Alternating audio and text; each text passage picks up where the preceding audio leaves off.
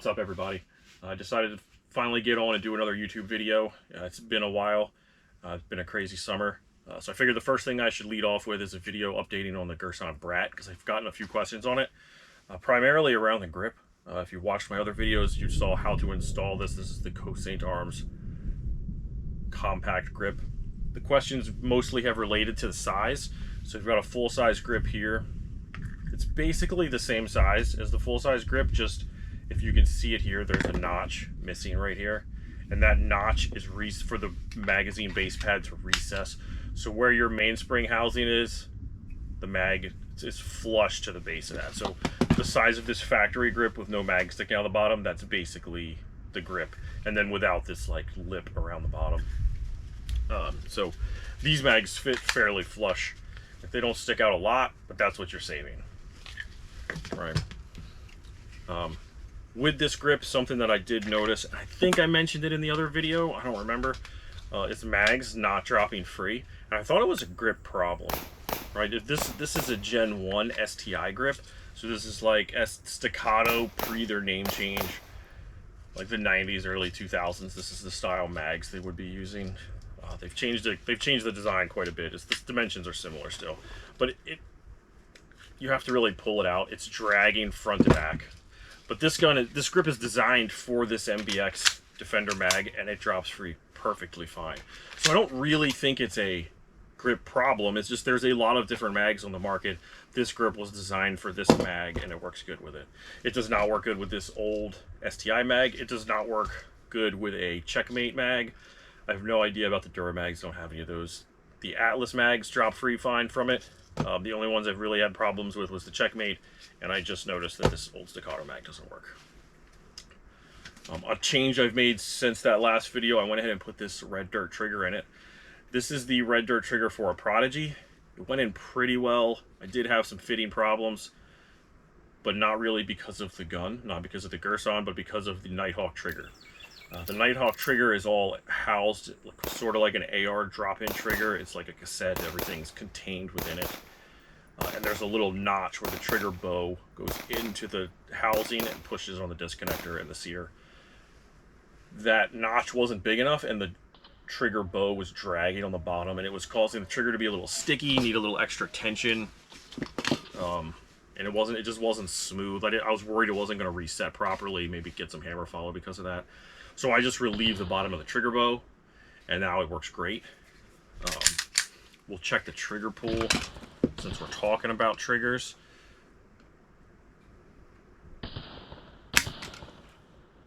That's about 2 3/4 pounds on that one.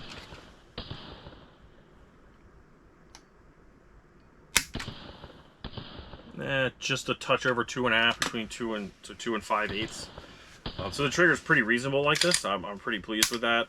The reach to it, you can pick with the red dirt triggers like how long you want the reach. You can tune out, like there's just a tiny bit of pre-travel and then just a little bit of over-travel, or yeah, over-travel, not a whole lot. And I just kind of adjusted that to where I wanted it. Since that last video, the other change I made is, for a little while, this thing was sporting a Warwick Tactical aluminum grip. That grip went on pretty well. It needed some fitting.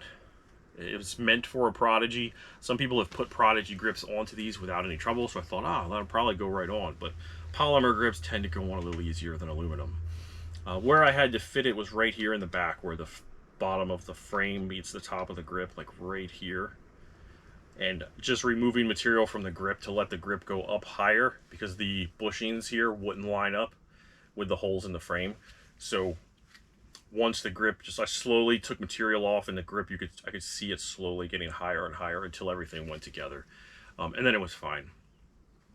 With that grip, I still had trouble with this trigger. So for a while I was shooting that grip, I used a different trigger. I ended up fitting this when I went back to this grip. What I liked about it, like, it's aluminum, so aluminum feels nice. It makes the gun feel more expensive, partially because it is, like, a metal grip's a little more expensive. The texture on it, I ordered their like medium grade. I think they call it like hex drive or something like that. The texture of that was great. That was on the side panels.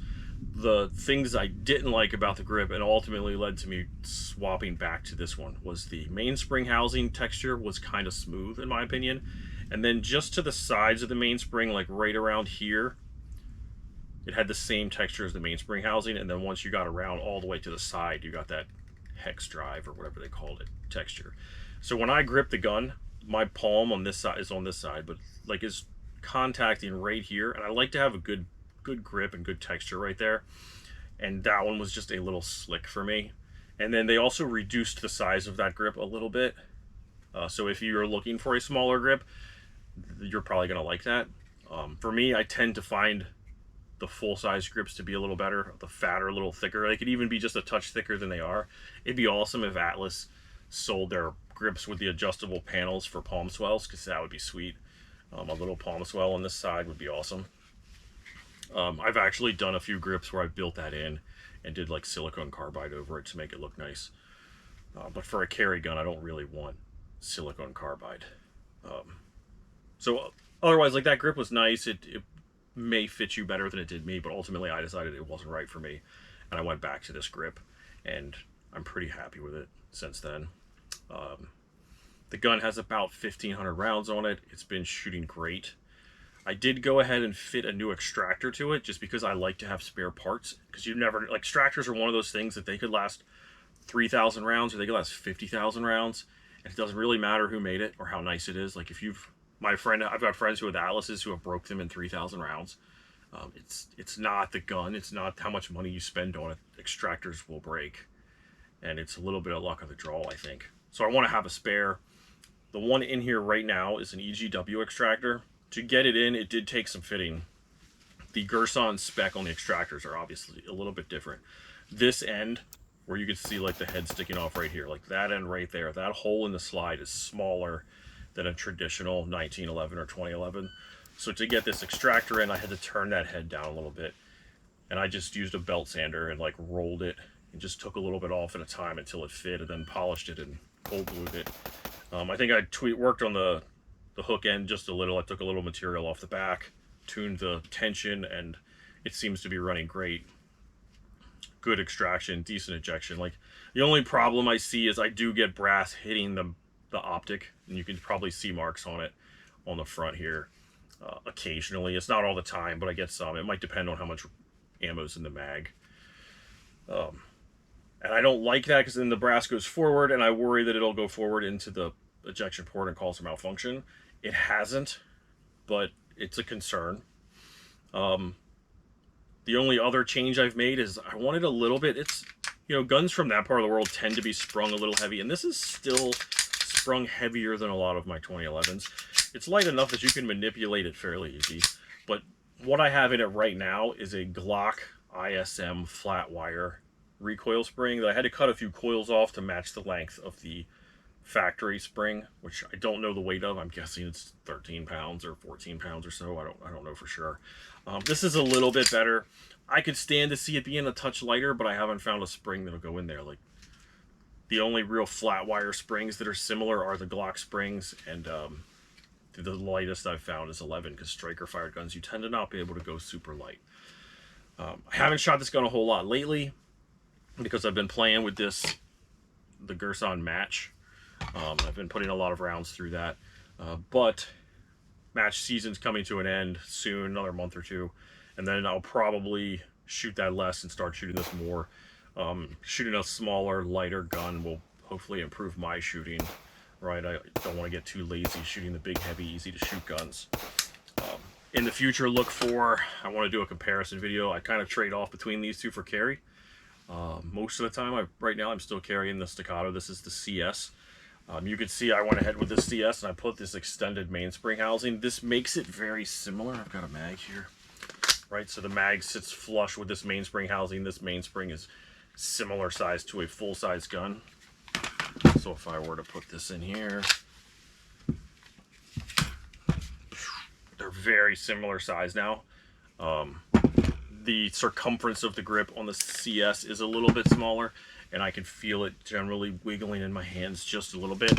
I think this $500 Girsan, honestly, like, the recoil impulse of this gun is just a tiny bit better. Mainly, I think, because the grip is fits my hands a little bit better.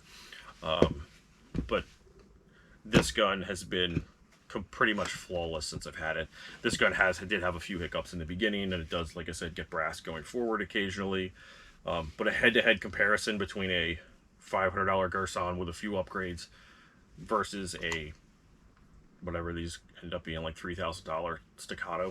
I think that'll be an interesting video to do. I'd like to put it in the hands of some people who don't really know what they are and see what their thoughts are. That way they're not biased. And I should be able to find those people at the local range. And then also maybe let some guys who are kind of gun snobs play with it too, and I'll video all of that. So stay tuned, you know, tune in for more videos, and hopefully that'll be an interesting thing to play with.